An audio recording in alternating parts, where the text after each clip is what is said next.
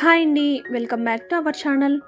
ఈరోజు మన ఛానల్లో నోట్లో ఇట్టే కరిగిపోయే బందర్ లడ్డుని ఇంట్లోనే ఈజీగా ఎలా చేయాలో చూసేద్దాము. చాలా అంటే చాలా రుచిగా ఉంటుందండి. ఒక్క లడ్డుతో వదిలిపెట్టే బుద్ధి కాదు, అంత టేస్టీగా ఉంటాయి.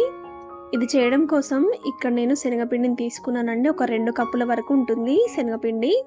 అదే కప్పుతో 1 కప్పు పంచదారని తీసుకున్నానండి. 2 కప్పుల శనగపిండికి 1 కప్పు పంచదార సరిపోతుంది కరెక్ట్గా.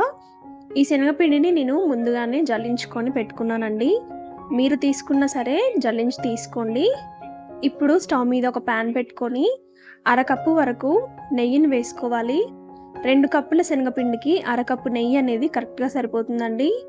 ఈ నెయ్యిలో మనం తీసుకున్న శనగపిండిని వేసుకొని బాగా వేయించుకోవాలి. మీడియం టు లో ఫ్లేమ్లో పెట్టుకొని ఈ నెయ్యిలో మంచి సువాసన వచ్చేంత వరకు ఈ శనగపిండిని వేయించుకోవాలండి. ఇలా అంతా మిక్స్ చేసుకుంటూ వేయించుకోండి.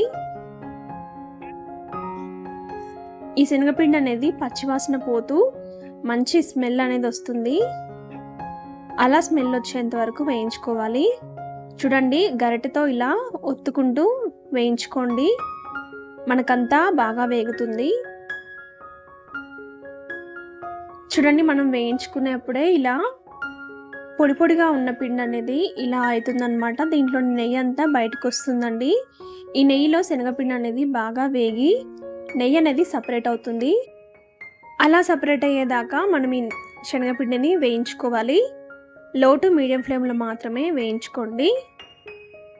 ఇలా నెయ్యి అనేది సపరేట్ అయిన తర్వాత లాస్ట్లో 1 టేబుల్ స్పూన్ నూనెని వేయండి. ఇలా ఆయిల్ వేయడం వల్ల ఈ లడ్డు అనేది టేస్టీగా ఉంటుంది.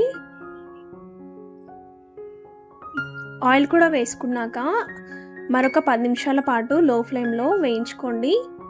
ఈ ప్రాసెస్ అంతా అవ్వడానికి 20 to 30 మినిట్స్ టైం అయితే పడుతుందండి. చివరికి వచ్చే వరకు చూడండి, మనకైతే శనగపిండి ఇలా వస్తుంది. మీకు ఆయిల్ కానీ నెయ్యి కానీ తక్కువగా అనిపిస్తే మనం శనగపిండిని వేయించుకునేప్పుడే మధ్య మధ్యలో వేసుకుంటూ కలుపుకోవచ్చండి. ఇలా వచ్చిన తర్వాత స్టవ్ ఆఫ్ చేసుకొని పక్కకు తీసుకోండి. ఇప్పుడు ఒక మిక్సీ జార్లోకి మనం తీసుకున్న చక్కెరను తీసుకొని ఇందులోనే మంచి ఫ్లేవర్ కోసం 2-3 యాలకులను వేసుకొని ఇలా పౌడర్ లాగా చేసుకోవాలి. మెత్తటి పౌడర్ లాగా చేసుకొని ఈ షుగర్ పౌడర్ని శనగపిండిలోకి యాడ్ చేసుకోండి. ఇలా యాడ్ చేసుకొని 2 బాగా కలిసేలాగా కలుపుకోండి. మనం ఇలా కలుపుకుంటూ ఉంటే ఈ పంచదార అనేది మనం శనగపిండి వేయించుకున్నాం కదా, ఆ వేడికి కరిగిపోతూ ఉంటుందన్నమాట. కరుగుతూ మనకి లడ్డు కన్సిస్టెన్సీ ఎలా ఉంటుందో అలా వస్తుందండి. చూడండి, ఈ విధంగా వచ్చిన తర్వాత 80% చల్లారిన తర్వాత లడ్డులాగా చుట్టుకోండి. ఈ టైంలో మీకు లడ్డు చుట్టడం రాకుండా పిండి పొడి పొడిగా అనిపిస్తే కొంచెం నెయ్యిని కానీ నూనెని కానీ వేడి చేసి ఇందులో పోసేయండి, సరిపోతుంది.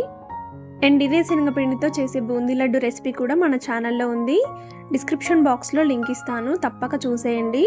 ఈ 2 లడ్డులు కూడా ట్రై చేయండి, మీకు తప్పక నచ్చుతాయి. పిల్లలు స్వీట్ కావాలని అడిగినప్పుడు అప్పటికప్పుడు ఇలా చేసి పెట్టండి, చాలా ఇష్టంగా తింటారు. మీరు కూడా ట్రై చేసి మీకు ఎలా వచ్చిందో నాకు కామెంట్ చేయండి. నచ్చితే లైక్ చేయండి, షేర్ చేయండి.